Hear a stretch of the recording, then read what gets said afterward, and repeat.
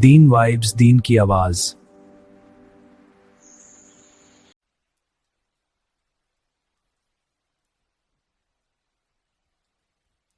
ان مردہ دلوں کو زندہ کر دے، ہمارے من کو جگا دے، تاکہ ہم صحیح معنوں میں مسلمان بن کر اچھے اخلاق والے انسان بن کر زندگی گزاریں۔ الحمدللہ وکفا وسلام علی عبادہ الذین اصطفا، اما بعد، اعوذ باللہ من الشیطان الرجیم، بسم اللہ الرحمن الرحیم۔ وَأَمَّا مَا يَنفَعُ النَّاسَ فَيَمْكُثُ فِي الْأَرْضِ سبحان ربک رب العزت عما یصفون وسلام علی المرسلین والحمد للہ رب العالمین۔ اللہم صلی علی سیدنا محمد وعلی آل سیدنا محمد وبارک وسلم۔ اللہم صلی علی سیدنا محمد وعلی آل سیدنا محمد وبارک وسلم۔ اللہم صلی علی سیدنا محمد وعلی آل سیدنا محمد وبارک وسلم۔ اللہ رب العزت کا ارشاد ہے، وَأَمَّا مَا يَنفَعُ النَّاسَ فَيَمْكُثُ فِي الْأَرْضِ، اور جو انسانوں کی نفع رسانی کا کام کرتا ہے اللہ تعالیٰ اس کو زمین میں جما دیتے ہیں۔ دین اسلام دین فطرت ہے، اس نے انسان کو بہترین اخلاق اپنانے کی تعلیم دی۔ چنانچہ نبی علیہ السلام نے ارشاد فرمایا، بُعِثْتُ لِأُتَمِّمَ مَكَارِمَ الْأَخْلَاقِ، میں مکارم اخلاق کی تعلیم دینے کے لیے مبعوث ہوا ہوں۔ اور اللہ رب العزت نے آپ کو اخلاق عظیمہ سے نوازا تھا، ارشاد فرمایا، وَإِنَّكَ لَعَلَىٰ خُلُقٍ عَظِيمٍ، اے میرے پیارے حبیب صلی اللہ علیہ وسلم، آپ اخلاق کے اعلیٰ مرتبے پر فائز ہیں۔ چنانچہ نبی علیہ السلام نے اپنے صحابہ کو خوش اخلاقی کی تعلیم دی۔ جس طرح درخت اپنے پھل سے پہچانا جاتا ہے، انسان اپنے اخلاق سے پہچانا جاتا ہے۔ جو صحیح معنوں میں انسان ہو، مسلمان ہو، وہ ہمیشہ خوش اخلاق انسان ہوتا ہے۔ اسی حدیث پاک میں آیا، نبی علیہ السلام نے ارشاد فرمایا کہ ایمان لانے کے بعد سب سے بہترین چیز خوش اخلاقی ہوتی ہے۔ اس سے بڑی نعمت اور کسی کو نہیں ملتی کہ ایمان لانے کے بعد انسان خوش اخلاق انسان بنے۔ آج زبان سے تو ہم اپنے آپ کو مسلمان کہتے ہیں، لیکن حقیقت میں کتنے مسلمان ہیں ہم اس کا اندازہ خود لگا سکتے ہیں۔ چمی گویم مسلمانم بلرزم کہ دانم مشکلات لا الارا، جب میں کہتا ہوں کہ میں مسلمان ہوں تو میں لرز جاتا ہوں، اس لیے کہ میں لا الہ الا اللہ کی مشکلات سے واقف ہوں۔ ایک اور شاعر نے کہا، یہ شہادت گہے الفت میں قدم رکھنا ہے، لوگ آسان سمجھتے ہیں مسلمان ہونا۔ آج ہم اپنے آپ کو کہتے ہیں کہ ہم مسلمان ہیں، تو ذرا بیٹھ کے اندازہ تو لگائیں، کیا ہماری آنکھیں مسلمان ہیں؟ اگر یہ مسلمان ہے تو یہ غیر محرم کی طرف نہیں اٹھیں گی۔ کیا ہماری زبان مسلمان ہے؟ اگر یہ زبان مسلمان ہے تو یہ جھوٹ نہیں بولے گی، وعدہ خلافی نہیں کرے گی۔ اگر ہمارا دل مسلمان ہے تو یہ دل گناہوں کے منصوبے نہیں باندھے گا۔ اگر ہمارے ہاتھ پاؤں مسلمان ہیں تو پھر یہ کسی گناہ کی طرف چل کے نہیں جائیں گے، کسی کی عزت کی طرف ہاتھ نہیں اٹھیں گے۔ اگر ہم سمجھتے ہیں کہ ہمارے اعضاء میں سے کوئی عضو بھی صورت صحیح طرح مسلمان نہیں، تو پھر سوچنا چاہیے کہ مسلمانی کس چیز کا نام ہے۔ ہم اپنے آپ کو جو مسلمان کہتے ہیں تو وہ کیا چیز ہے؟ خرد نے کہہ بھی دیا لا الہ تو کیا حاصل، دل و نگاہ مسلمان نہیں تو کچھ بھی نہیں۔ بلکہ کہنے والے نے کہا، تو عرب ہے یا عجم ہے، تیرا لا الہ الا، تو عرب ہے یا عجم ہے، تیرا لا الہ الا، لغت غریب جب تک تیرا دل نہ دے گواہی۔ اس کی بنیادی وجہ کیا ہے کہ آج ہم نام کے مسلمان تو یقیناً ہیں، مگر مسلمانیت ہمارے اندر سے نکلتی جا رہی ہے۔ ایک ہوتا ہے گنا اور ایک ہوتا ہے سرکنڈا کانا، بانس سمجھ لیجیے۔ آپ دونوں کو ظاہر میں اگر دیکھیں تو شکل ایک جیسے، گنا بھی اسی طرح کا اور بانس کا پتلا پودا وہ بھی اسی طرح کا۔ ظاہر ایک ہے مگر باطن میں زمین آسمان کا فرق ہے۔ ایک رس سے خالی، دوسرا رس سے بھرا ہوا۔ آج ہماری مسلمانی اور ہمارے اسلاف کی مسلمانی میں ایسا ہی فرق ہے. ہم دیکھنے میں مسلمان ہیں، مسلمانوں کی فہرست میں ہمارا نام ہے، وہ اس لیے کہ اللہ نے ہمیں کلمے کی سعادت عطا فرمائی، الحمدللہ. لیکن ابھی ہمیں بہت محنت کرنے کی ضرورت ہے اپنے اوپر تاکہ ہم صحیح معنوں میں مسلمان کہلا سکیں. منہ دیکھ لیا آئینے میں پر داغ نہ دیکھے سینے میں، منہ دیکھ لیا آئینے میں پر داغ نہ دیکھے سینے میں، جی ایسا لگایا جینے میں مرنے کو مسلمان بھول گئے.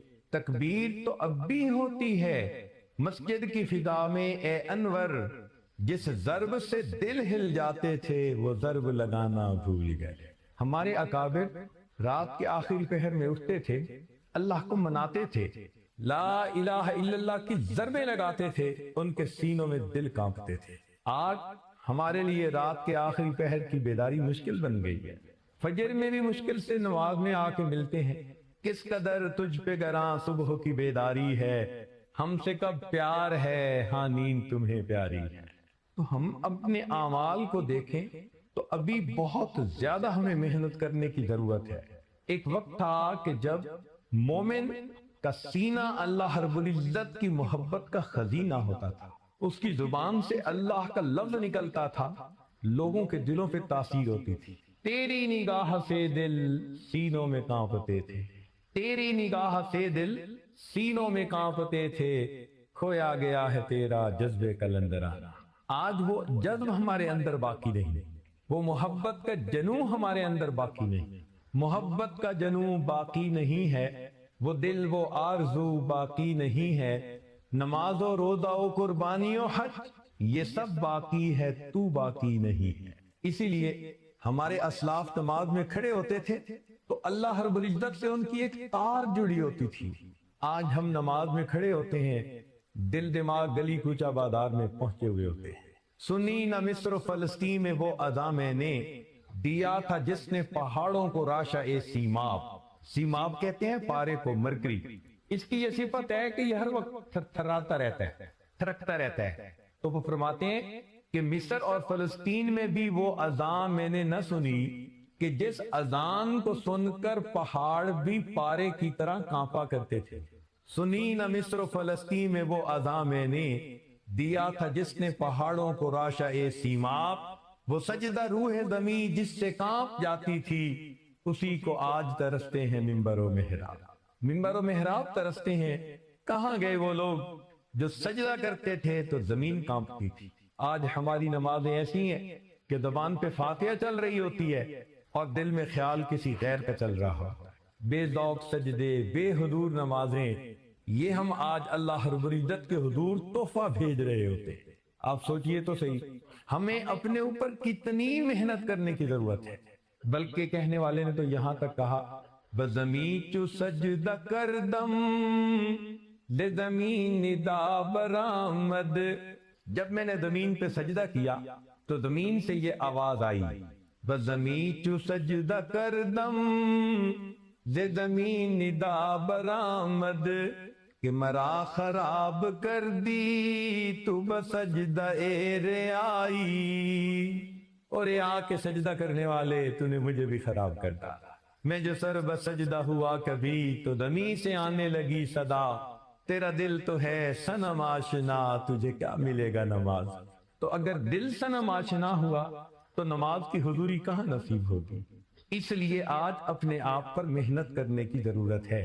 نبی علیہ الصلوۃ والسلام نے دین کو ڈیفائن کیا. ارشاد فرمایا الدین النصیحہ، دین سراسر خیر خواہی ہے، دین سراسر خیر خواہی. الدین النصیحہ. طلباء جانتے ہیں کہ جب مبتدا اور خبر دونوں معرفہ لائے جائیں تو ان میں حصر ہوتا ہے. معنی یہ بنے گا الدین النصیحہ، دین ہی خیر خواہی ہے، یا یوں کہیں گے کہ خیر خواہی ہی دین ہے. دونوں ان میں چولی دامن کا ساتھ ہوتا ہے، آپس میں یہ لازم و ملزوم بن جاتے ہیں. معلوم یہ ہوا کہ جہاں دین ہوگا وہی خیر خواہی ہوگی، اور جہاں آپ کو خیر خواہی نظر آئے وہیں آپ کو دین نظر آئے گا. دیندار انسان کبھی بدخواہ نہیں بن سکتا، بدخواہ انسان دیندار نہیں ہو سکتا۔ اور آج دیکھو ہم لوگوں کے دلوں میں اپنے قریب رہنے والوں کے بارے میں بدخواہی ہوتی ہے۔ نیت کا ٹھیک کرنا اس راستے کا پہلا قدم ہے۔ جب تک نیت ہماری ٹھیک نہیں ہوگی تب تک اللہ کے راستے پہ ہمیں آگے بڑھنا نصیب نہیں ہوگا۔ ہمارے علاقے میں ایک بزرگ گزرے ہیں، شیخ شہاب الدین سہروردی رحمۃ اللہ علیہ کے خلیفہ۔ انہوں نے اپنے علاقائی زبان میں ایک شعر کہا، وہ زبان ممکن ہے آپ نہ سمجھیں مگر اس کا ترجمہ آپ سمجھیں گے۔ فرماتے ہیں جے ناتیاں دھوتیاں رب ملدا تے ملدا کمبیاں مچھیاں نو۔ اگر نہانے دھونے سے رب ملتا تو پھر مچھلیوں کو رب مل جاتا، وہ تو ہر وقت ہی نہاتی رہتی ہیں۔ جے ناتیاں دھوتیاں رب ملدا تے ملدا کمبیاں مچھیاں نو۔ اگر نہانے سے رب ملتا تو کچھوے اور مچھلی کو رب مل جاتا۔ جے ذکر کیتیاں رب ملدا تے ملدا کال کڑیچیاں نو۔ اگر ذکر کرنے سے رب ملتا تو ایک کالی سی چڑیا ہوتی ہے، وہ عام طور پہ رات کو ساری رات آواز نکالتی رہتی ہے، تو فرماتے ہیں کہ اس چڑیا کو رب مل جاتا جو ساری رات آواز نکالتی ہے، اللہ کا ذکر کرتی ہے۔ جے سر منایا رب ملدا تے ملدا بھیڑاں سسیاں نو۔ سر منڈانے سے اگر رب ملتا تو بھیڑ کی ایک ایسی نسل ہے کہ سر پہ بال نہیں ہوتے، باقی سارے جسم پہ ہوتے ہیں، تو وہ فرماتے ہیں کہ سر منڈانے سے رب ملتا تو اس کو مل جاتا۔ یہ جتیاں ستیاں رب ملدا تے ملدا دانداں کھسیاں نو۔ اگر پاک دامن رہنے سے خدا ملتا تو جو خسی بیل ہوتے ہیں ان کو رب مل جاتا، کہ وہ تو اپنی مادہ سے مل ہی نہیں سکتے۔ یہ تمہید مانتے ہیں، نہانے دھونے سے رب ملتا تو مچھلیوں کو مل جاتا، ذکر سے ملتا تو اس پرندے کو مل جاتا، سر منڈانے سے ملتا تو بھیڑ کو مل جاتا، اور عفیف پاک دامن رہنے سے رب ملتا تو پھر بیل کو مل جاتا۔ آخر پر فرماتے ہیں رب ملدا تے ملدا نیتاں اچھیاں نو۔ اگر اللہ ملتا ہے تو اللہ اچھی نیت والوں کو ملا کرتا ہے۔ جب تک بندے کی نیت اچھی نہ ہو اس کو خدا نہیں ملتا، بد نیت انسان کو رب نہیں مل سکتا۔ اور آج دیکھیں اپنوں کے بارے میں نیت بد ہوتی ہے، کسی کی عزت پہ نظر، کسی کے مال پہ نظر، کسی کے عہدے پہ اس کی ٹانگیں کھینچو۔ یہ مسلمانوں کے کام تھوڑے ہیں۔ مسلمان کبھی کسی کا بدخواہ نہیں ہو سکتا۔ اگر کوئی بدخواہ ہے تو اس کے اندر اتنی مسلمانی نہیں ہے۔ چنانچہ نبی علیہ السلام نے صحابہ کرام کو خیر خواہی کرنے کا حکم دیا، بلکہ بعض صحابہ سے اس پر بیعت لی کہ آپ دوسروں کی خیر خواہی کریں گے۔ ذرا توجہ فرمائیے گا، یہ خیر خواہی اللہ تعالیٰ کو اتنی اچھی لگتی ہے۔ قرآن مجید میں ایک جگہ تذکرہ ہے کہ سلیمان علیہ السلام اپنے لشکر کے ساتھ جا رہے تھے، راستے میں چیونٹیاں چل رہی تھیں، تو ایک چیونٹی نے اندازہ لگا لیا کہ سلیمان علیہ السلام کا لشکر آ رہا ہے۔ اس نے آواز دی، یا ایتھا النمل ادخلوا مساکنکم، اے چیونٹیو اپنے بلوں میں چلی جاؤ، سلیمان علیہ السلام کا لشکر تمہیں اپنے پاؤں میں کہیں مسل نہ دے۔ اس چیونٹی کی یہ خیر خواہی اللہ تعالیٰ کو اتنی پسند آئی کہ قرآن میں اس واقعے کا تذکرہ کیا اور ایک سورت کا نام النمل چیونٹی کے اندر رکھا۔ جو پروردگار چیونٹی کی خیر خواہی کو اتنا پسند کرتا ہے، وہ کسی انسان کی خیر خواہی کو کتنا پسند فرمائے۔ چنانچہ صحابہ رضی اللہ تعالیٰ عنہ ایک دوسرے کے خیر خواہ تھے۔ سیدنا عثمان غنی رضی اللہ تعالیٰ عنہ مدینہ طیبہ کے تاجروں میں سے تھے۔ ایک مرتبہ انہوں نے اپنا تجارتی قافلہ منگوایا شام سے، کوئی قریباً 100 اونٹ کے برابر سامان تھا، اور وہ ایسے وقت میں مال لے کر پہنچا جبکہ مدینہ طیبہ اور اس کی قریبی بستیوں میں اس جنس کی ایکیوٹ شارٹیج تھی۔ جیسے ہی وہ قافلہ پہنچا تو ارد گرد کے جو تاجر تھے، یہودی، مسلمان جو بھی تھے، وہ سب آ گئے اور انہوں نے آ کر کہا کہ جی ہم آپ سے زیادہ پرائس دے کر یہ سامان خرید لیتے ہیں، آپ ہمیں دے دیں، پھر ہم آگے اس کو بیچتے رہیں گے۔ آپ نے پوچھا کہ تم کتنا مجھے منافع دو گے؟ وہ کہنے لگے کہ ہم آپ کو 100% پروفٹ دیں گے۔ آپ نے 100 کا خریدا تو 200 کی چیز ہم خرید لیتے ہیں۔ کیونکہ ان کو پتا تھا کہ آگے یہ 3-4 گنا زیادہ پرائس پہ مال بک جائے گا. تو آپ نے فرمایا کہ نہیں، مجھے زیادہ پروفٹ چاہیے. لوگ سوچ سمجھ کے بات کرتے رہے. کسی نے کہا جی میں ڈبل پروفٹ دے دیتا ہوں. آپ نے فرمایا نہیں، مجھے زیادہ چاہیے. کسی نے کہا جی میں 3 گنا دے دیتا ہوں. انہوں نے کہا نہیں. اس پر پہنچ کر تو وہ تاجر حیران ہو کے منہ دیکھنے لگے کہ آپ چاہتے کیا ہیں؟ ہم آپ کو 3 گنا پرائس دینے کی آفر کر رہے ہیں اور آپ پھر بھی نہیں مال بیچنا چاہتے. تو عثمان غنی اللہ عنہ نے فرمایا اس کی وجہ یہ ہے کہ میرے پاس ایک کسٹمر ہے جو مجھ سے یہ مال 700 گنا زیادہ پرائس پہ خریدنا چاہتا ہے. تو وہ لوگ حیران ہو گئے، 700 گنا پرائس پر. انہوں نے فرمایا ہاں. پوچھنے لگے وہ کون ہے؟ کہنے لگے وہ میرا پروردگار ہے. اگر میں اللہ کے نام پر اللہ کے بندوں میں یہ چیز تقسیم کروں گا، اللہ تعالیٰ مجھے ہر دانے کے بدلے 700 گنا دیں گے. کمثل حبۃ انبتت 7 سنابل فی کل سنبلۃ 100 حبہ. چنانچہ عثمان غنی اللہ عنہ نے لوگوں کی ضرورت کو دیکھتے ہوئے اتنے پروفٹ کو جو لوگ دے رہے تھے ٹھوکر لگا دی اور اللہ کے نام پہ سب اپنا مال غریبوں کے اندر تقسیم کر دیا. فرمایا کہ میں نے رسول اللہ صلی اللہ علیہ وسلم سے سنا ہے کہ جو دوسروں کی خیر خواہی کرے گا وہ انسان صحیح مومن ہوگا. لہذا مجھے اس وقت غرباء کی خیر خواہی کرنی ہے اور اپنا مال سارا اللہ کے راستے میں دے دینا ہے. ایک صحابی تھے، ان کا نام تھا جریر بن عبداللہ البجلی رحمت اللہ علیہ. وہ جہاں بیٹھتے، جس مجلس میں بیٹھتے، نصیحت کی بات کرتے اور سب کو کہتے کہ بھئی میں نے نبی علیہ السلام سے بیعت کی تھی کہ میں سب کی خیر خواہی کروں گا. ان کا اپنا واقعہ ذرا سنیے. آپ کو لگے گا شاید کوئی دیوانہ آدمی ہے، مگر دیوانوں کی بات ذرا سنیے. گھوڑا خریدنا تھا. ایک آدمی کے پاس تشریف لے گئے. پوچھا بھئی گھوڑا دینا چاہتے ہو؟ اس نے کہا جی. کتنی پرائس؟ اس نے کہا جی میں 300 دینار میں یہ گھوڑا دے دوں گا. آپ نے گھوڑے کو دیکھا، فرمایا کہ نہیں تجھے اندازہ نہیں، تیرا گھوڑا زیادہ قیمتی ہے. اب گاہک خود مالک کو کہہ رہا ہے کہ تیرا گھوڑا زیادہ قیمتی ہے. اس نے کہا اچھا آپ 400 دے دیں. پھر گھوڑے کو دیکھا، فرمایا نہیں یہ اس سے بھی زیادہ قیمتی گھوڑا ہے، تجھے اندازہ نہیں ہے. وہ حیران. اس نے کہا اچھا جی پھر 500 دینار دے دے. آپ نے پھر گھوڑے کو دیکھا، فرمانے لگے کہ نہیں میری اسیسمنٹ یہ ہے کہ یہ اس سے بھی زیادہ قیمتی ہے. اس نے کہا جناب 600 دے دے. فرمانے لگے بھئی میں سچ بات کہوں کہ میری اسیسمنٹ اس سے بھی زیادہ. اس نے کہا 700 دینار دے دے. آخر پر فرمایا کہ مال تو تیرا ہے مگر تجھے اپنے مال کی ویلیو کا صحیح اندازہ نہیں. میں تیرا نقصان نہیں کرنا چاہتا، میں تجھے وہ پیسے دوں گا جو میرا دل گواہی دے گا کہ اس کے ہونے چاہیے. چنانچہ 300 دینار مانگنے والے بندے کو 800 دینار دے کر انہوں نے گھوڑا خریدا. کوئی سوچ سکتا ہے کہ اتنی خیر خواہی تھی ایک دوسرے کی. آج کے دور میں تو کسٹمر چاہتا ہے کہ بغیر پیسوں کی چیز لے جاؤں، اور جو مالک ہوتا ہے وہ چاہتا ہے کہ چیز دیے بغیر اس کی جیب کا پیسہ نکال لیں. یہ آج کل کی تجارت ہے. مگر نبی علیہ الصلوۃ والسلام نے خیر خواہی کا جذبہ دیا اور اس خیر خواہی نے ایسا معاشرہ جنم دیا، ایک دوسرے کو اپنے اوپر ترجیح دینے والے، ایک دوسرے کے ساتھ خیر کا معاملہ کرنے والے. چنانچہ مشہور واقعہ ہے کہ جنگ یرموک میں ایک صاحب بہت زیادہ پیاسے ہیں اور آخری لمحے میں ہیں، اور وہ کہتے ہیں العطش، پیاس، سخت گرمی تھی.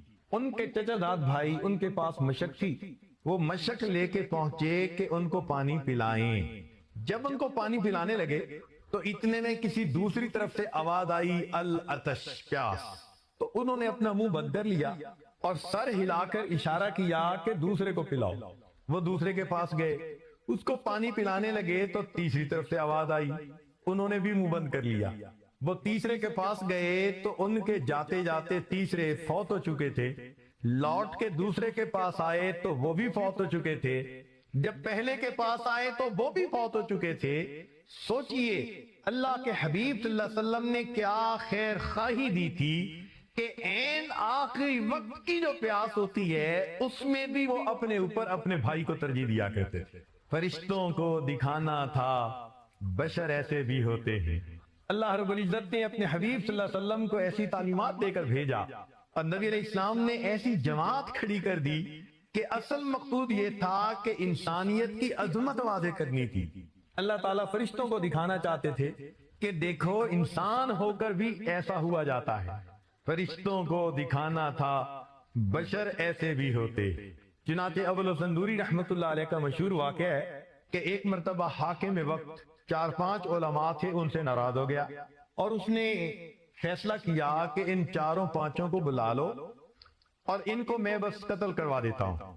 چنانچہ ان کو گرفتار کر لیا گیا اور ان کو بادشاہ کے سامنے پیش کیا گیا۔ جب ان کو قتل کیا جانے لگا تو بادشاہ نے دیکھا کہ ابوالحسن نوری سب سے آگے ہیں، باقی لوگ پیچھے کھڑے ہیں۔ اس کو اندر سے ابوالحسن نوری سے کچھ نہ کچھ عقیدت تھی اور یہ چاہتا تھا کہ میں کسی اور کو قتل کروں اور پھر بہانہ بنا کر ڈرا دھمکا کر باقیوں کو میں کہوں گا کہ چلو میں نے معاف کر دیا۔ اب اس نے سوچا کہ بھئی سب سے پہلے ابوالحسن نوری ہیں تو میں کیسے ترتیب کو بدلوں؟ تو وہ کہنے لگا کہ یہ جو جگہ ہے نا یہ اچھی نہیں ہے، ذرا ان کو اس جگہ لے کے آؤ۔ مقصد یہ تھا کہ جب جگہ بدلے گی تو ترتیب بدل جائے گی۔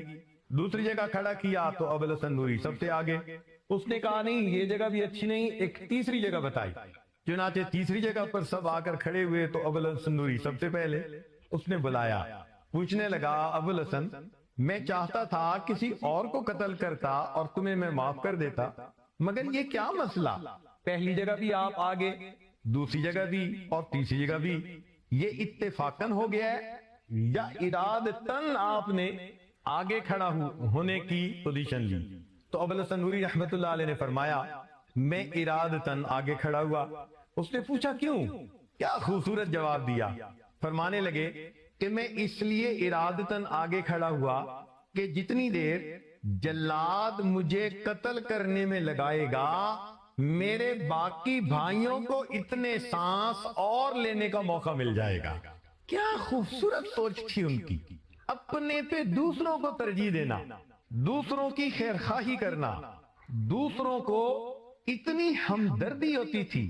اللہ اکبر کبیرہ۔ چنانچہ امام اعظم ابو حنیفہ رحمت اللہ علیہ وقت کے اتنے بڑے فقیہ بھی تھے کہ امام اعظم کہلوائے، مگر ساتھ ہی ساتھ ان کی تجارت بھی تھی، کپڑے کی دکان بھی تھی۔ ایک مرتبہ ایک عورت ان کو کپڑا بیچنے کے لیے آئی، پوچھا بھئی کتنی پرائس؟ اس نے کہا اتنی۔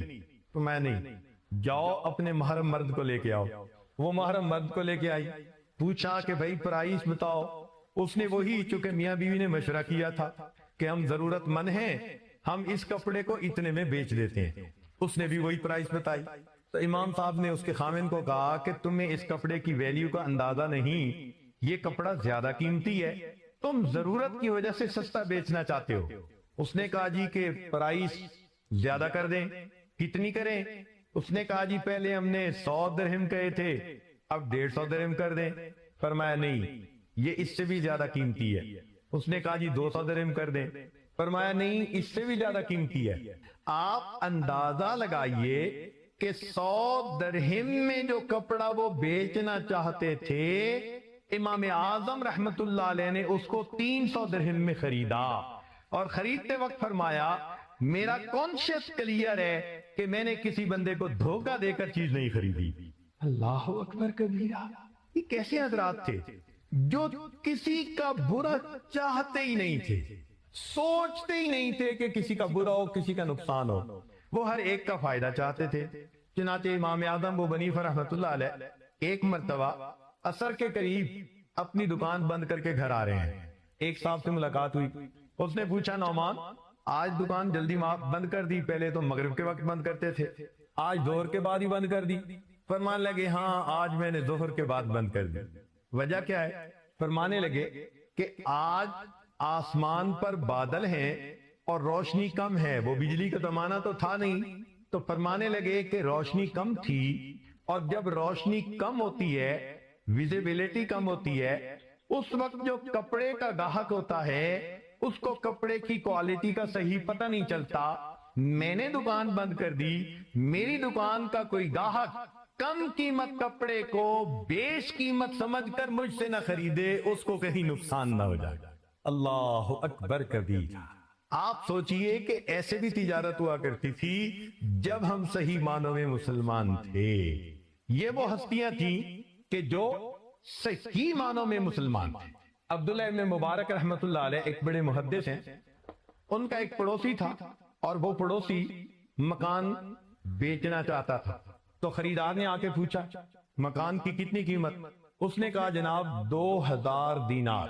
اس نے کہا بھائی اس مکان کی قیمت تو 1000 دینار بہت ہے، اس نیبرہڈ میں تو 1000 دینار قیمت بہت ہے. تو اس نے آگے سے کہا ہاں مکان کی قیمت ہے 1000 دینار اور دوسرا 1000 دینار عبداللہ ابن مبارک کے پڑوس کی قیمت ہے.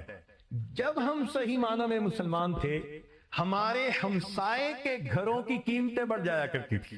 لوگ ہمارے ساتھ مل کر رہنا اتنا پسند کرتے تھے. وہ سمجھتے تھے کہ یہ خیر خواہ انسان ہے، یہ نیک نیت انسان ہے، اس سے بہتر مجھے نیبر دنیا میں کوئی نہیں مل سکتا. سوچئے جب ہم صحیح معنوں میں مسلمان تھے ہمارے اخلاق اس وقت کتنے اچھے ہوا کرتے تھے. چنانچہ بغداد جب پوری دنیا کا مرکز تھا اس وقت کفار نے سوچا کہ مسلمانوں کے معاشرے کا اندازہ تو لگایا جائے کہ کیا وجہ ہے کہ یہ جہاں جاتے ہیں کامیابی ان کے قدم چومتی ہے. ان کے ماحول میں آپس میں میل جو لین دین یہ کیسا ہے. چنانچہ انہوں نے ایک آدمی کو بھیجا کہ جائیں اور ان کے ماحول معاشرت کو ذرا اسٹڈی کر کے آئیں. وہ آیا بغداد پہنچا تو تھکا ہوا تھا. اس نے سوچا کہ کیوں نہ میں کھانا کھا لوں. لہذا وہ ایک ریسٹورنٹ پہ آ گیا اور وہاں بیٹھ کے اس نے کھانا کھانا شروع کیا. مگر اس نے فیل کیا کہ کھانے کے دوران ایک اور بندہ تھا جو قریب کھانا کھا رہا تھا اور وہ کبھی کبھی اس کی طرف دیکھ رہا تھا. تو اس کو فیل ہوا کہ یہ بندہ مجھے واچ کر رہا ہے. اس نے دل میں سوچا میں پردیسی ہوں، نوبارد ہوں، یہ ذرا میری شکل کو دیکھ کے پہچان رہا ہوگا کہ یہ باہر سے آیا ہے.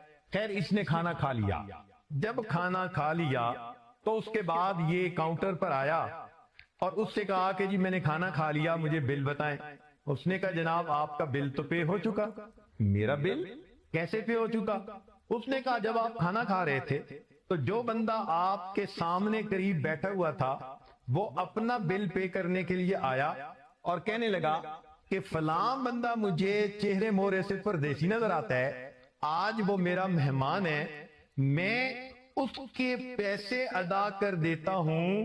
بتانے کی ضرورت اس لیے نہیں کہ اجر مجھے اپنے اللہ سے چاہیے. وہ حیران کہ اچھا یہ اتنے بھی خوش اخلاق لوگ ہوتے ہیں کہ انسان کے کھانے کی قیمت ادا کر دیتے ہیں اور شکریہ کا لفظ بھی سننا پسند نہیں کرتے کہ ہم نے تو اللہ سے اجر لینا ہے. آگے گیا اس کو کوئی چیز خریدنی تھی. اس نے سوچا میں بازار سے وہ چیز خرید لیتا ہوں. چنانچہ وہ ایک دکان پر پہنچا اور دکاندار سے کہا بھئی آپ کے پاس فلاں چیز ہے؟ اس نے کہا ہے. جی آپ وہ چیز کتنے میں دیں گے؟ اس نے کہا میں 10 ریال میں دوں گا. بھئی مجھے دے دیجئے. کہنے لگے آپ ذرا میرے ساتھ کوآپریٹ کریں، سامنے جو دکاندار ہے نا آپ اس کے پاس چلے جائیں، یہی چیز آپ کو اتنی ہی پرائس میں وہاں سے مل جائے گی.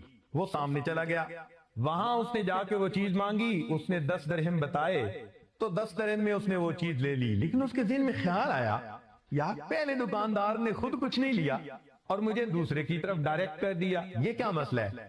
وہ لوٹ کے پہلے دکاندار کے پاس آیا اور اس دکاندار سے کہتا ہے کہ جناب آپ کے پاس چیز تھی نہیں یا آپ نے مجھے بیچی نہیں؟ اس نے کہا بھئی چیز تھی مگر میں چاہتا تھا کہ آپ سامنے والے دکاندار سے لیں. اس نے کہا کیوں دکاندار تو اپنے گاہک کو دوسرے کے پاس نہیں بھیجتے؟ تو وہ دکاندار کہنے لگا اصل وجہ یہ ہے کہ آج میرے پاس اتنے گاہک آئے کہ میرے بچوں کا گزارا بڑا اچھا ہو جائے گا. میں دیکھ رہا تھا میرے اس دکاندار بھائی کے پاس آج کوئی کسٹمر نہیں آیا، میں نے سوچا آپ اس سے خرید لیں گے، اس کو کچھ منافع ہوگا تو اس کے بچوں کے لیے بھی آج کچھ انتظام ہو جائے گا. ایک وقت تھا اتنی خیر خواہی دل میں بھری ہوتی تھی کہ 2 دکاندار ہمسائے میں ہوتے تھے وہ ایک دوسرے کے اتنے خیر خواہ ہوتے تھے. یہ وہ ہستیاں تھیں کہ جنہوں نے دین کو سمجھا اور دین کو اپنایا. اللہ تعالیٰ چاہتے ہیں کہ میرے ایسے با اخلاق بندے دنیا میں ہوں تاکہ پتہ چلے کہ صحیح معنوں میں مومن مسلمان کون ہوتا ہے. فرشتوں کو دکھانا تھا بشر ایسے بھی ہوتے ہیں۔ چنانچہ ایک واقعہ اور سن لیجئے۔ ایک ایسا شہر ہے جس میں کافر مسلمان سب مل کے رہتے ہیں۔ ایک مسلمان نوجوان اس شہر میں کسی دوسرے شہر سے آیا کاروبار کے لیے، اور اس نے وہاں آ کے اپنا کام کرنا شروع کر دیا۔ اب کام کے دوران چھٹی کا دن تھا، اس نے سوچا بھئی چلو میں کوئی شکار کر لیتا ہوں پرندوں کا۔ اس نے تیر کمان سنبھالا اور وہ شہر کے اطراف میں آ گیا، سبرب میں، وہاں اپنے پرندوں کو تیر کے ذریعے شکار کرنا شروع کیا۔ اللہ کی شان کہ ایک تیر جو اس نے چلایا تو وہ پرندے کو لگنے کی بجائے دور ایک لڑکا تھا کھڑا ہوا، اس کو جا کر لگا اور لڑکے کی وہیں پر ڈیتھ ہو گئی۔ اب یہ مسلمان تھا، کوئی ہم جیسا ہوتا تو بھاگی جاتا کہ پتہ ہی نہیں چلے کیا ہوا۔ وہ رکا، اس بچے کے پاس گیا، اس کو سنبھالا، پھر پتہ کیا اس کے والدین کون ہیں، والدین کو بتایا۔ وہ عیسائی ماں باپ تھے جن کا وہ بچہ تھا۔ ان کو کہا کہ بھائی میں نے پرندے کو نشانہ بنایا تھا لیکن نشانہ خطا گیا، بچے کو لگ گیا، تو یہ ایک مسٹیک ہے میری۔ جب وہاں تھے تو وہاں اور لوگ بھی آ گئے، ان کے رشتہ دار۔ ایک رشتہ دار نے کہا جی ہمیں کیا پتا تو نے انٹینشنلی مارا ہے یا ان انٹینشنلی، لہذا ہم تو قاضی کے پاس جائیں گے۔ اب وہ اس کو لے کر قاضی کے پاس آ گئے۔ قاضی نے کہا کہ ہاں بھائی اگر تمہارے تیر سے یہ بندہ مرا ہے تو یا تو تم اس کی دیت دو، قصاص دو اس کے جو ورثاء ہیں، اور اگر ورثاء نہیں مانتے تو پھر تمہیں قتل کیا جائے گا بدلے میں۔ ورثاء نے کہا جی نہیں، ہمارے بچے کو اس نے مارا، ہم تو اس کے بدلے میں چاہتے ہیں کہ اس کو مارا جائے۔ لو جی، قاضی صاحب نے اس کو جیل بھیج دیا کہ بھائی جمعہ کے دن ہم فائنل فیصلہ سنائیں گے اور بندے کے بدلے پھر ہم بندے کو قتل کر دیں۔ یہ جیل میں آ گیا۔ اللہ کی شان دیکھیں کہ جو جیل کا سپروائزر تھا نا، جیلر جس کو کہتے ہیں، جیل سپرنٹینڈنٹ، وہ عیسائی تھا۔ اب دوسرا دن ہوا تو یہ نوجوان اس سپرنٹینڈنٹ کے پاس آیا اور اس کو آ کے کہتا ہے کہ جی میں مسلمان ہوں اور میں فلاں شہر سے آیا تھا روزی کے لیے، میرے ساتھ یہاں یہ واقعہ پیش آ گیا اور اب میں یہاں پر ہوں کہ جمعہ کے دن مجھے قتل کیا جائے گا، مگر میرے گھر والوں کو بھی پتہ نہیں، رشتہ داروں کو بھی پتہ نہیں، اور مجھے کچھ امانتیں بھی ان کی لوٹانی ہے۔ اگر آپ اپنی ذمہ داری پہ مجھے چھوڑ دیں تو میں جمعے سے پہلے واپس آ جاؤں گا اور میں مسلمان ہوں۔ جب اس نے کہا نا میں مسلمان ہوں تو ایک مسلمان کی وعدہ وفائی کا اتنا اس زمانے میں اعتماد تھا کہ عیسائی سپرنٹینڈنٹ نے کہا کہ اچھا بھائی تم چلے جاؤ، جمعے سے پہلے آ جانا۔ اس نے قتل کے مجرم کو چھوڑ دیا، یہ نوجوان چلا گیا۔ اللہ تعالیٰ کی شان کہ یہ جمعہ کی نماز سے پہلے نہیں لوٹا۔ جب جمعہ کی نماز ہو گئی، قاضی صاحب نے سب کو بلایا جن مجرموں کے فیصلے ہونے تھے۔ پتہ چلا جی کہ یہ مجرم نہیں۔ انہوں نے جیل سپرنٹینڈنٹ کو بلایا۔ جیل سپرنٹینڈنٹ نے کہا جی کہ میں نے اپنی ذمہ داری پہ چھوڑا تھا، اس نے کہا تھا میں آ جاؤں گا، ابھی تک نہیں آیا۔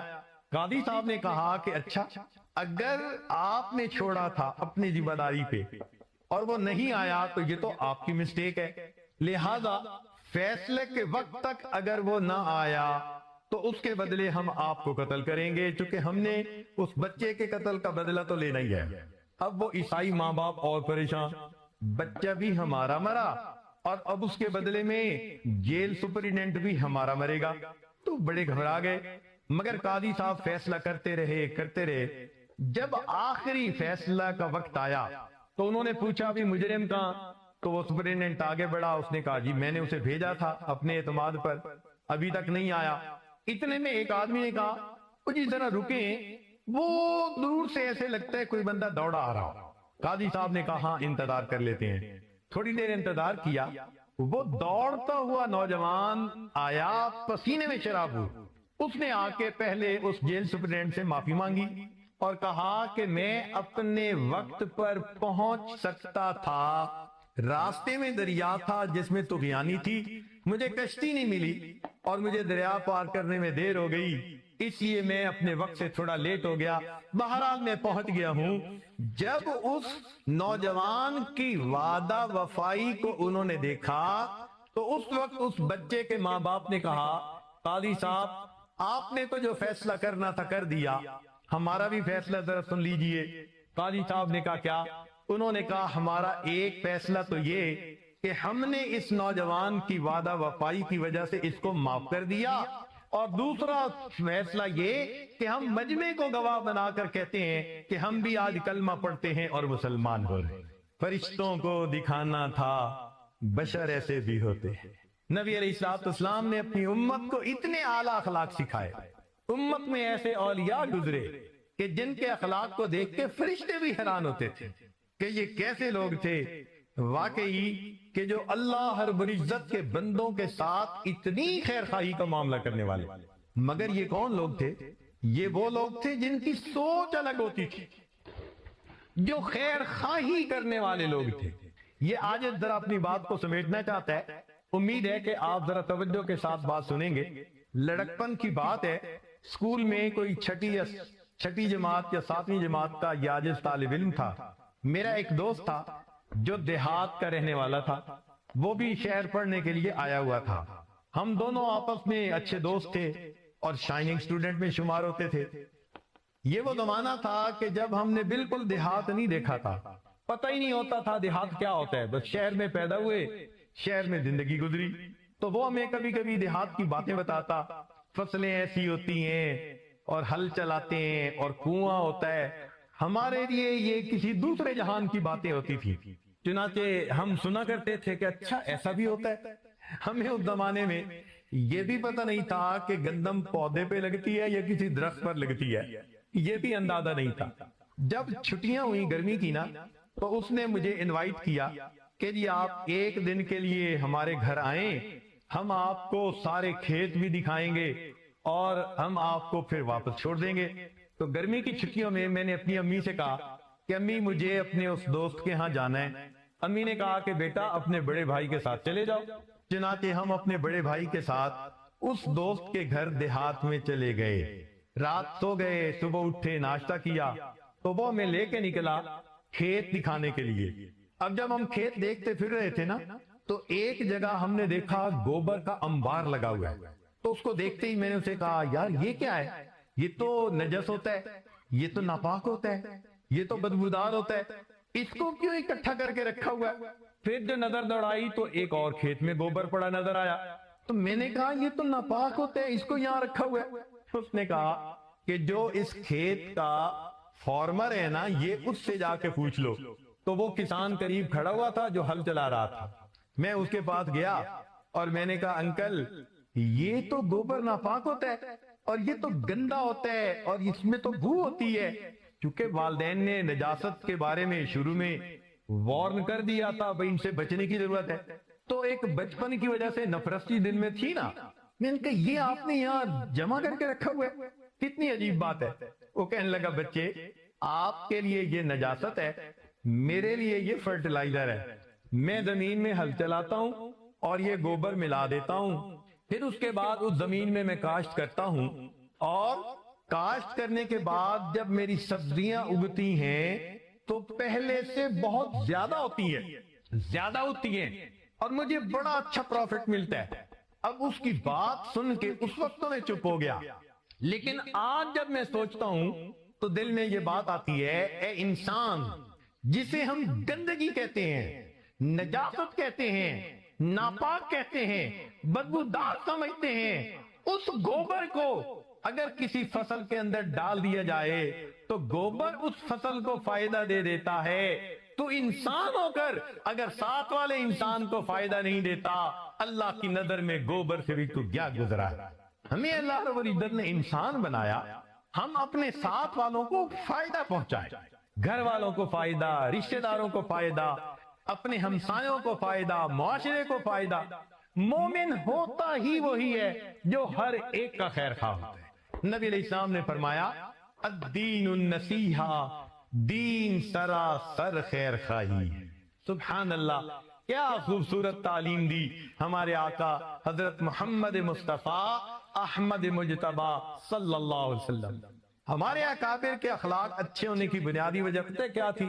ان کی سوچ بہت بلند ہوتی تھی، بہت بلند سوچ ہوتی تھی۔ بلند سوچ ہونے کی وجہ سے ان کے مقام بلند ہو گئے تھے۔ آپ غور کریں کہ ایک پتنگا ہے، اس کو پروانہ کہتے ہیں. اسی سے ملتا جلتا ایک اور ہے جس کو مکھی کہتے ہیں. اس کے بھی دو پر، اس کے بھی دو پر. اس کو پروانہ نہیں کہتے، حالانکہ یہ اس سے ملتا جلتا ہے، سائز بھی ایک جیسا، مگر اس کو پروانہ کہیں گے اور اس کو مکھی کہیں گے. اس کی وجہ یہ کہ اس مکھی کی سوچ گندی، یہ نجاست پہ بیٹھتی ہے، گند ڈھونڈتی ہے. اس کی گندی سوچ کی وجہ سے اس کو مکھی کہتے ہیں. اور پروانہ کس کو کہتے ہیں؟ جو روشنی کے اوپر، نور کے اوپر اپنے آپ کو فدا کرتا ہے. کہنے کو ہم بھی مسلمان، کہنے کو ہمارے اکابر بھی مسلمان، مگر اگر دنیا کی محبت دل میں بھر کے جیتے پھر رہے ہیں تو اللہ کی نظر میں ہماری مثال گندی مکھی کی ہے اور ان کی مثال اللہ کی نظر میں پروانے کی مانند. آج ہمیں سوچنا ہے کہ ہم نے جو نام کے مسلمان ہیں، کام کا مسلمان بننے کی ضرورت ہے. تو ہمارے اکابر کو دیکھیے اللہ رب العزت نے کیا سوچ دی تھی. ایک دو واقعات سن کے یہ عاجز اپنی بات کو مکمل کر دے گا، ذرا توجہ کے ساتھ سنیے گا.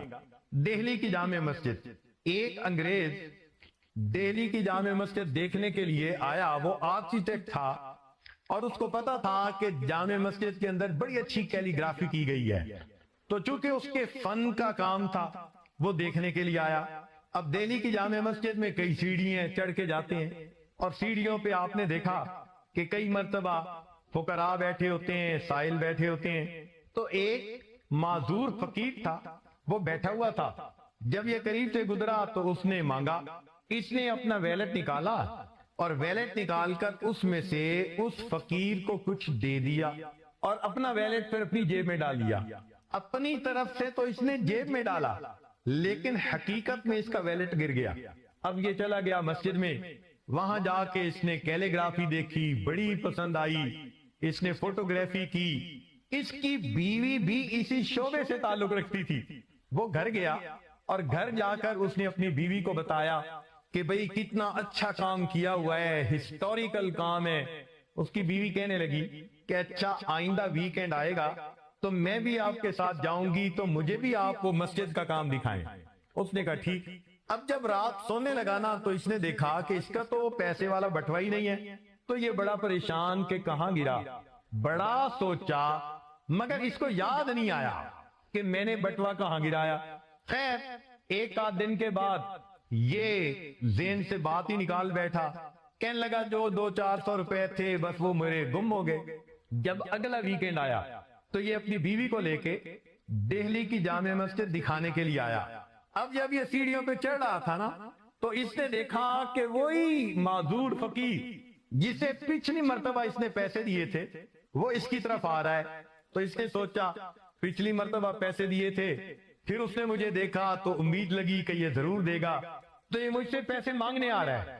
لیکن وہ فقیر جب قریب آیا تو وہ کہنے لگا کہ جناب وہ پچھلی مرتبہ آپ نے جب مجھے پیسے دیے تھے تو شاید یہ آپ کا بٹوا تھا جو گر گیا.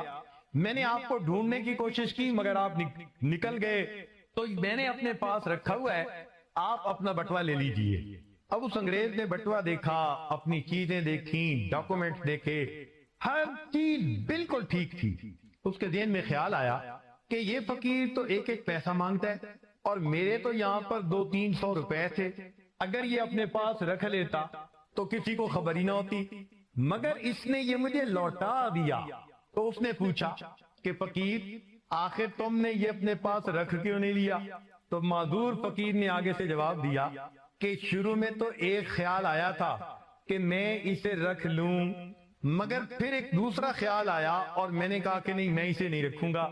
اس نے پوچھا کیا خیال آیا؟ تو وہ معذور فقیر کہتا ہے کہ مجھے یہ خیال آیا کہ میں نبی علیہ السلام کا امتی ہوں، آپ عیسیٰ علیہ السلام کے امتی ہیں. اگر میں نے آپ کا یہ ویلٹ چوری کر لیا تو ایسا نہ ہو کہ قیامت کا دن ہو اور آپ کے نبی میرے آقا صلی اللہ علیہ وسلم کو گلا دیں کہ تمہارے امتی نے میری امتی کی چوری کی تھی. میں اس خیال کو سوچ کے رہ گیا، میری وجہ سے میرے آقا کو بات نہ سننی پڑ جائے. ایک وقت تھا فقیروں کی کیفیت یہ ہوا کرتی تھی، فرشتوں کو دکھانا تھا بشر ایسے بھی ہوتے. نبی علیہ السلام نے ایسی تعلیمات کی خوش اخلاقی کی کہ جنہوں نے اس کو اپنایا وہ واقعی انسانیت کے لیے فخر ہو گئے۔ کیا خوبصورت سوچ ہوتی تھی۔ آپ سوچئے اگر ہماری سوچ ایسی ہو تو ہم کسی کا نقصان کر سکتے ہیں؟ کسی کی عزت کی طرف میلی نظر ڈال سکتے ہیں؟ ہرگز نہیں۔ یہ ساری باتیں ہی غفلت کی وجہ سے ہوتی ہیں۔ آج اس غفلت کو دور کرنے کے لیے ہم یہاں اکٹھے ہیں۔ اللہ رب العزت ہمیں غفلت سے محفوظ فرمائے اور حقیقی معنوں میں مسلمان بن کر زندگی گزارنے کی توفیق عطا فرمائے۔ آخری واقعہ، حج کا موقع ہے۔ ایک نوجوان منا کے میدان میں ایک بڑے میاں کو دیکھتا ہے کہ اس کے ہاتھ میں تھیلا ہے اور اس میں یقیناً کچھ پیسے ہوں گے۔ تو وہ نوجوان وہ ہمیانی چھین کے بھاگ جاتا ہے۔ کیونکہ رش بہت تھا، پتہ ہی نہیں چلا کہ ہاتھ سے کون لے کر گیا۔ وہ بڑے میاں نے پوچھا تو صحیح، بھائی کون ہے؟ میرا ہمیانی لے کے چلا گیا، تھیلا لے کے چلا گیا۔ لوگوں نے کہا جی پتہ نہیں کون تھا، وہ چلے گئے۔ اب جس نوجوان نے تھیلا چھینا تھا یہ تھوڑا آگے گیا تو اچانک جو اسے چکر آئے نا تو اس کی آنکھوں کی بینائی چلی گئی۔ اب یہ وہیں زمین پر بیٹھ گیا، رونا شروع کر دیا۔ لوگوں نے پوچھا کیوں رو رہے ہو؟ کہنے لگا کہ میں نے ایک بڑے میاں کا تھیلا چھینا، مجھے لگتا ہے انہوں نے بد دعا کی اور میری آنکھوں کی بینائی چلی گئی۔ لوگوں نے کہا بھئی وہ بڑے میاں کہاں ہیں؟ بتاؤ، ہم تمہیں لے جاتے ہیں، ان سے معافی مانگ لو۔ چنانچہ وہ اس کو پکڑ کے لائے جہاں اس نے تھیلا چھینا تھا، مگر وہ بڑے میاں تو چلے گئے تھے گھر۔ قریب لوگوں سے پوچھا، انہوں نے کہا کہ وہ بڑے میاں 5 وقت نماز پڑھنے کے لیے آتے ہیں، تو ہو سکتا ہے کہ اگلی نماز کے لیے پھر آئیں، لہذا آپ ویٹ کر لیں۔ اب ویٹ کیا، جب ویٹ کیا تو اگلی نماز کے قریب وہ بڑے میاں آ گئے۔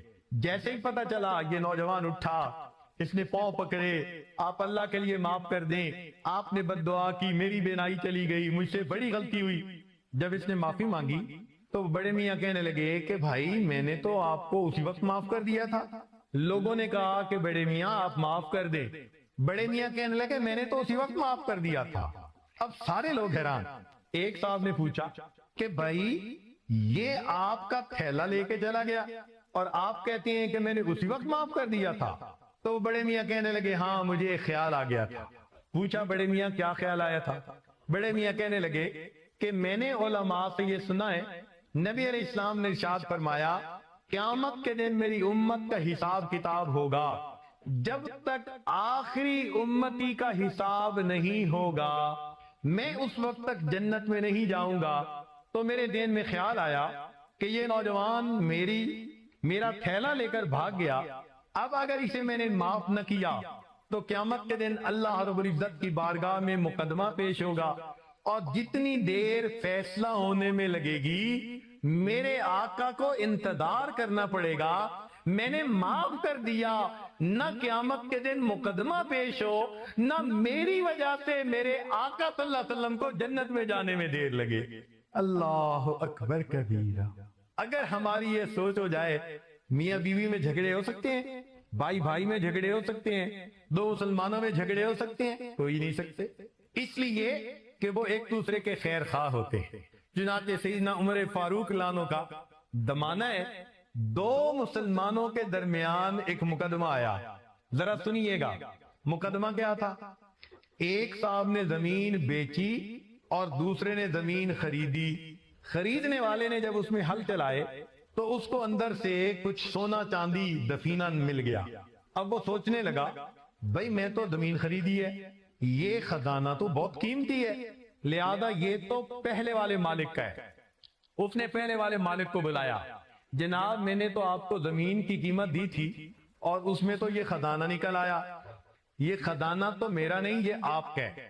اس نے جواب دیا جناب میں نے جب زمین بیچی تو اب زمین میں سے جو فائدہ بھی نکلے گا وہ فائدہ تمہارا ہوگا، اب وہ میرا نہیں ہو سکتا۔ اب ایک کہہ رہے ہیں کہ یہ تمہارا مال اور دوسرا کہہ رہے ہیں کہ نہیں جناب یہ آپ کا مال ہے۔ ذرا سوچئے، یہ 2 مسلمانوں کے درمیان مقدمہ عمر فاروق رانو کے زمانے میں عدالت میں آتا ہے۔ آج تو مقدمے یہ ہوتے ہیں نا، ایک کہتا ہے میرا حق ہے، دوسرا کہتا ہے میرا حق ہے، ایک کہتا ہے میں حق لے کر رہوں گا، دوسرا کہتا ہے میں خون کا آخری قطرہ بہا دوں گا۔ یہ آج کل کے مقدمے ہوتے ہیں۔ جب ہم صحیح معنوں میں مسلمان تھے، اس زمانے کا مقدمہ سنیے. ایک کہتا ہے جی میرا حق نہیں، ان کا حق ہے. دوسرا کہتا ہے جی میرا حق نہیں، ان کا حق ہے. کعب رضی اللہ تعالیٰ عنہ کی عدالت تھی، وہ قاضی تھے. اب وہ بھی حیران ہے کہ بھئی اس مقدمے کا فیصلہ کیسے کریں. اس سے پوچھا بھئی تم لے لو. جی نہیں، it belongs to my brother، یہ میرے بھائی کا ہے. بھئی آپ لے لو. نہیں جی نہیں، یہ میرے بھائی کا ہے. کیا فیصلہ کیا جائے؟ اللہ نے پھر ان لوگوں کو سوچ بھی بڑی عجیب دی تھی. کعب رضی اللہ عنہ کے دل میں ایک خیال آیا. انہوں نے ایک سے پوچھا بھئی آپ کی اولاد ہے؟ جی ہے. ایک بیٹا ہے جوان العمر. دوسرے سے پوچھا، ان کا جی ہاں میری یہ اولاد ہے. پتہ چلا ایک بیٹی جوان العمر ان کے ہاں بھی ہے. تو کعب رضی اللہ عنہ نے فیصلہ کیا، ابن کعب رضی اللہ عنہ نے، کہ میرا مشورہ یہ ہے آپ اپنے بیٹے اور بیٹی کا آپس میں نکاح کر دیں اور ان دونوں کو جہیز کے طور پر یہ خزانہ دے دیں تاکہ دونوں کے دونوں مطمئن ہو جائیں. چنانچہ عدالت میں نکاح پڑا گیا اور ہونے والے میاں بیوی کو یہ خزانہ جہیز میں دے دیا.